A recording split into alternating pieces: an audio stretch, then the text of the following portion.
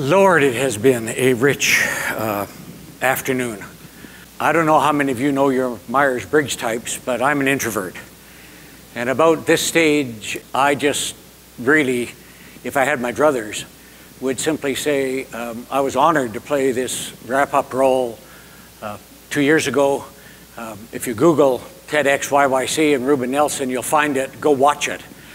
I just want to sit in silence and let this experience not just wash over me, but wash into me.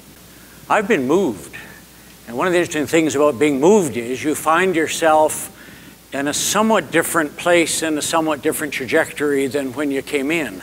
Because this event and the people here and the response to them has touched my heart and my mind and my body. Not much evidence of that, but I do have one. Even a rumor I am one. I'm a guy. I really don't believe that. And also my soul. So I want to try to share with you how I filtered the day. This is not in any sense to say you should filter it this way. This is no more than, God, at the end, they stuck us with Ruben Nelson and how he filtered the day. Not in the sense of saying what other people said. That would be presumptuous. And besides, I'd get it wrong. But rather, if you filter this experience through my perceptual set and my inclinations, what is it you see that is worth holding up in a way that we might honor it for a bit together before then we go and have another beer. The first thing is that this too is Calgary. And I say that as a Calgarian. I was born here in 1939 at the end of the Depression. That's why I only have one E in my name, because we couldn't afford two. But it means that I grew up in a city where I know the heart and the mind and the soul that's been demonstrated here today. It's not the Calgary you see daily through the Calgary Herald. That's not shot at the Herald. It's just not the city that we show to ourselves daily. It surprised the hell out of us when we elected the present mayor. We kind of looked around and said, well, who did this to us? Was it pixie dust? We forgot that we elected this person as we had elected the other one. So somehow there is within us more than a single voice. And the voice that's been touched today, think of the possibilities. If the heart and mind and soul that's been demonstrated here today was demonstrated by us and to us daily in our architecture, in our art, in businesses that have annual statements of failure. Now, there is a little bit of that. I have to honor Suncor that was caught by the province. They caught themselves and realized they had not kept the agreement that they had signed with the province about environmental care. They fessed up to it. They were finally fined. And the judge in creative sentencing said, you know, some of it's cash, some of it's learning, and they had the courage to hire a research team, in part from U of C, and publicly say, what was it we were missing? So there's already small demonstrations of a Calgary we don't normally see. But I want you to hold on to that thought, because I'm going to return to it. Second, just a comment on what I do with my life.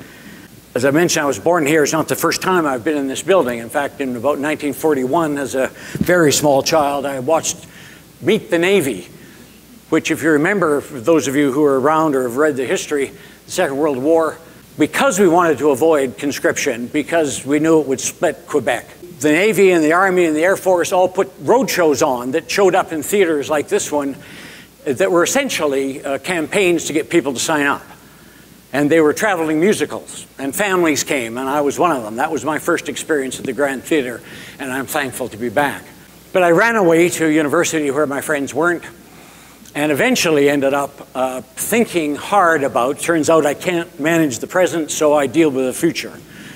And I've invested my life thinking hard about what are the implications for the future of the ways we are behaving today. And if we had the wit, what kind of future could we create for ourselves if we kind of figured out what kind of game we were playing and how we then should structure our lives in the present in order for that future to manifest itself.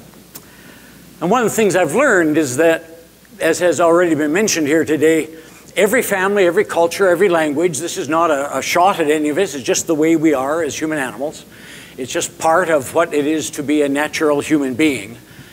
And that is that out of the whole range of possibilities, as you stand looking towards the future, that every culture, every family, every society have a much narrower range that they officially talk about and think about and plan for and strategize within.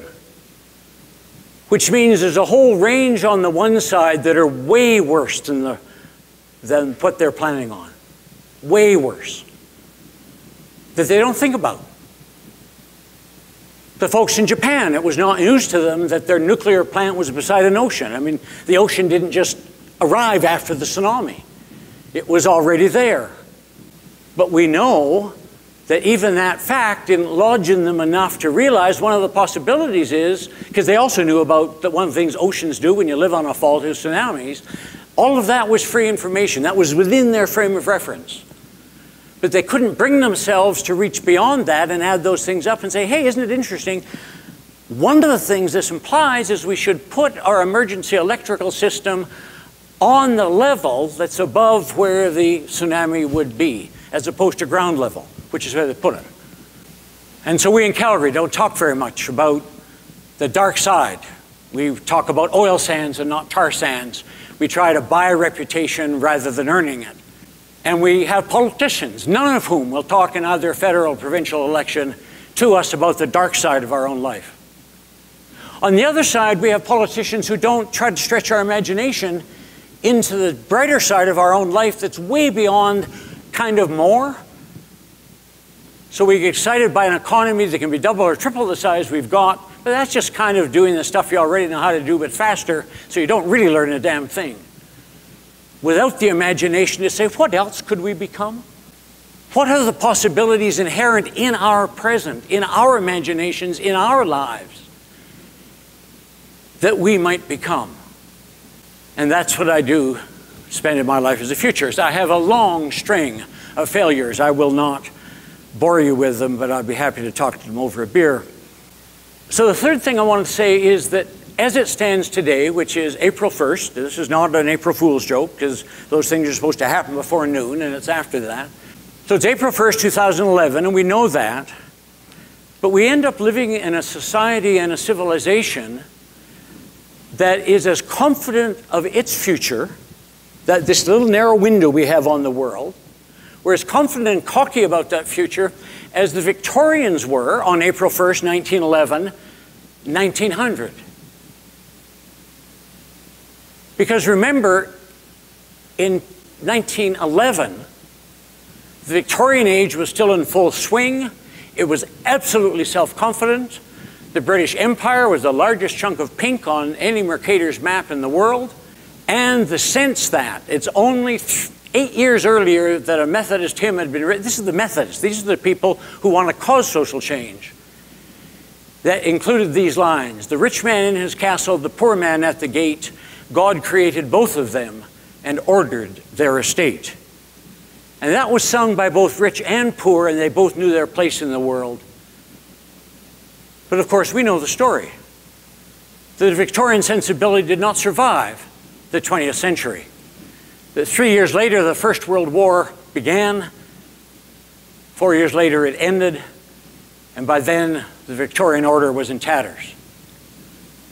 That it would have been absolutely incredible to say to either British young people or German young people in 1911, yes, the dream you have of being a significant society in the world and having your technology sold and bought around the world and being honored around the world will happen, but it's going to take, in the German case, about 60 years.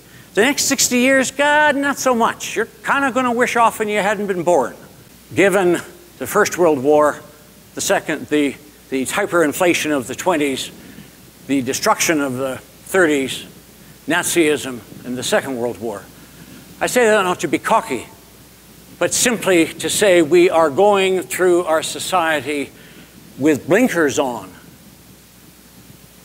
And adults yet are not in the room who will talk to us as if it matters.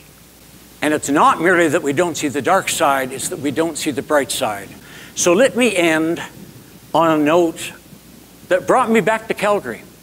I'm 71, almost 72.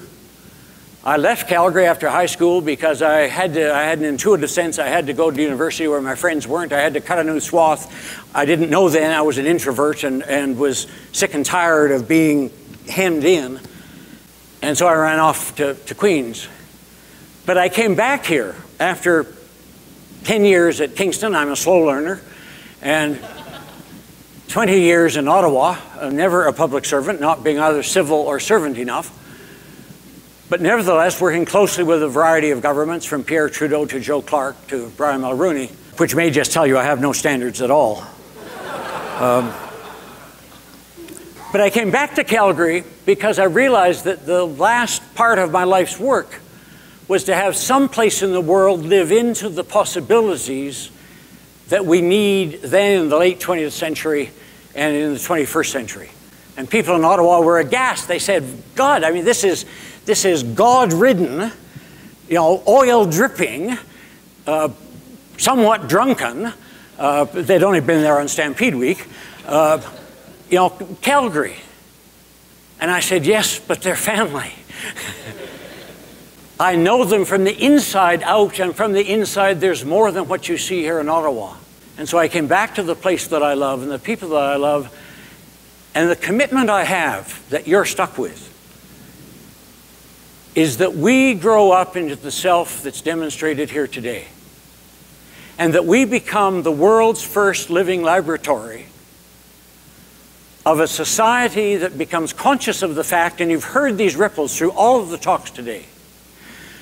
The game that has been named here today is to say, whether we like it or not, we live at a moment of absolutely fundamental transformation in our form of civilization.